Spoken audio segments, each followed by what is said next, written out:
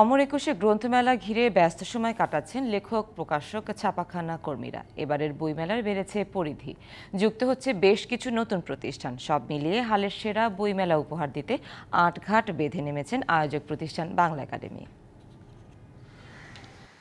52 ভাষা সৈনিকদের স্মরণে ফেব্রুয়ারি মাসের প্রথম দিন থেকে শুরু হচ্ছে অমর একুশে বইমেলা 2025। এবারের মেলার প্রতিপাদ্য জুলাই গণ অভ্যুত্থান, নতুন বাংলাদেশ বিনির্মাণ। গণ অভ্যুত্থান পরবর্তী পরিস্থিতির কারণে এবছর বইমেলা নিয়ে শঙ্কায় ছিলেন লেখক, প্রকাশক ও পাঠকরা। তবে সব ভয় ডর শঙ্কা কাটিয়ে ইতিহাসের পাতায় নাম লেখাতে এবার নিজেদের সেরাটা দিতে চায় আয়োজক বাংলা একাডেমি।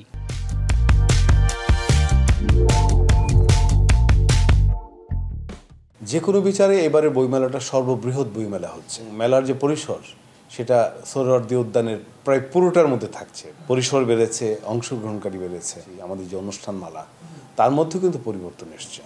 সেই পরিবর্তন পুরোটাই মানুষের পরিবর্তনকে ধারণ করার চেষ্টা করছে। সে যে আমরা একটা গেট করছি ইঞ্জিনিয়ারিং ইনস্টিটিউটের দিক থেকে, যাতে মানুষ সহজে বইমেলায় প্রবেশ করতে পারে।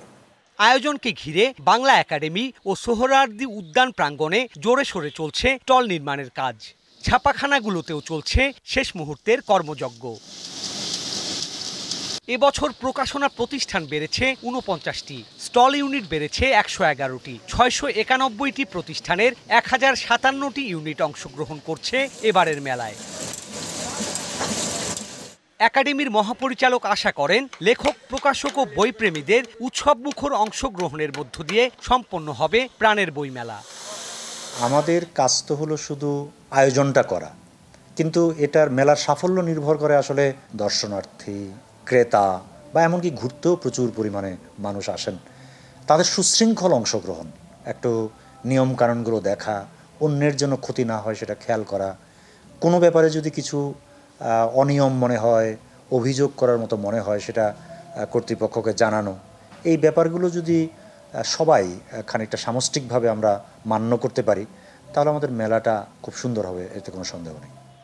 বইমেলার পরিবেশ নিয়ে অতীতে নানা অভিযোগ অনুযোগ থাকলেও এবার সে পথে হাঁটবে না আয়োজকরা, এমন প্রত্যাশা বইপ্রেমীদের। Sourav Appa, DBC news, Dhaka.